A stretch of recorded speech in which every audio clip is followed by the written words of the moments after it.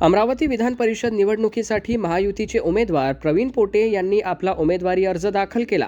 यावेळी महायुतीतील राष्ट्रवादी काँग्रेस, शिवसेना, भाजप, युवा स्वाभिमान पक्षासह 13 घटक पक्षांच्या पदाधिकाऱ्यांची उपस्थिती होती। यावेळी प्रसारमाध्यमांशी बोलताना भाजपचे प्रदेशाध्यक्ष तथा महसूल मंत्री चंद्रशेखर बावनकुळे यांनी महायुतीच्या विजयाचा विश्वास व्यक्त केला। राज्यातील 11 जागांवर भाजप निवडणूक लढवत असून महायुतीचे सर्व 17 उमेदवार विजयी होतील असा दावा देखील त्यांनी केला। अमरावती मतदारसंघाबाबत बोलताना बावनकुळे म्हणाले की प्रवीण पोटे यांना आता अमरावतीत प्रचंड बहुमत मिळेल आणि ते निश्चितपणे विजयी होतील। तर दुसरीकडे वंचित बहुजन आघाडीतर्फे विधान परिषद निवडणुकीसाठी नामांकन अर्ज दाखल करण्यात आला आहे। पक्षाचे प्रमुख नेते प्रकाश आंबेडकर यांच्या नेतृत्वाखाली पक्षाने या निवडणुकीत आपली राजकीय ताकद दाखविण्याचा प्रयत्न सुरू केला आहे।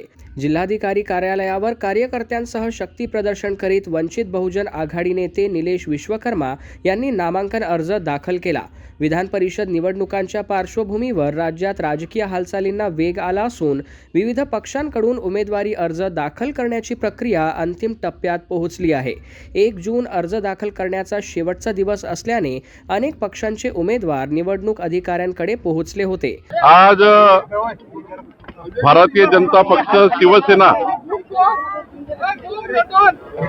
राष्ट्रवादी काँग्रेस,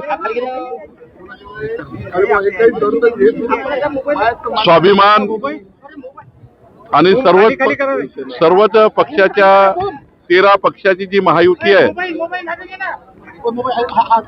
13 पक्षाच्या महायुतीने चे उमेदवार माननीय श्री प्रवीण पोटे यांचा उमेदवारी अर्ज आज आम्ही सादर केलेला आहे।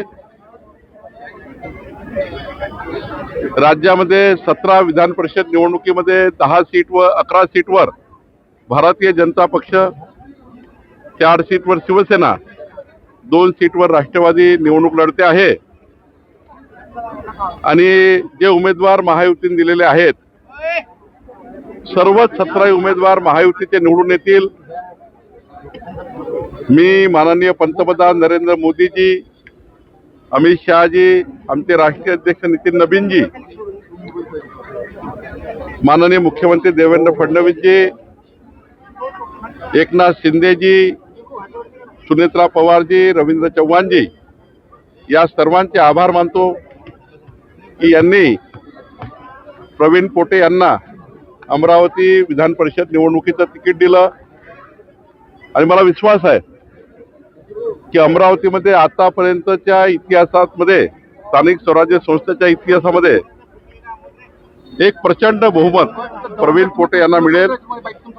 आमचे 13ही पक्षाचे उमेदवार, 13ही पक्षाचे नेते या ठिकाणी आहेत।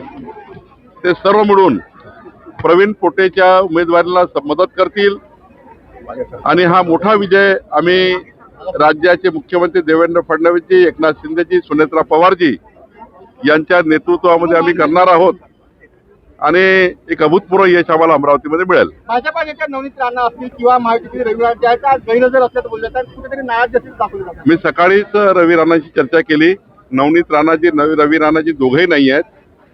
मी स्वतः आज त्यांना उमेदवारी अर्ज भरण्याकरता या ठिकाणी घेऊन येणार होतो, पण दोघेही नाही आहेत। त्यांनी मला सांगितलं की अमरावतीमध्ये आल्यावर ते माझ्याशी चर्चा करणार आहे आणि चर्चा करून या निवडणुकीमध्ये प्रत्यक्षपणे ही निवडणूक लढण्याकरता ते मदत करणार आहे। अपात्र लाडक्या बहिणीवरून विरोधक खूप मोठ्या प्रमाणात टीका करतायत सरकारवर। कुठल्याही बहिणी अपात्र नाही।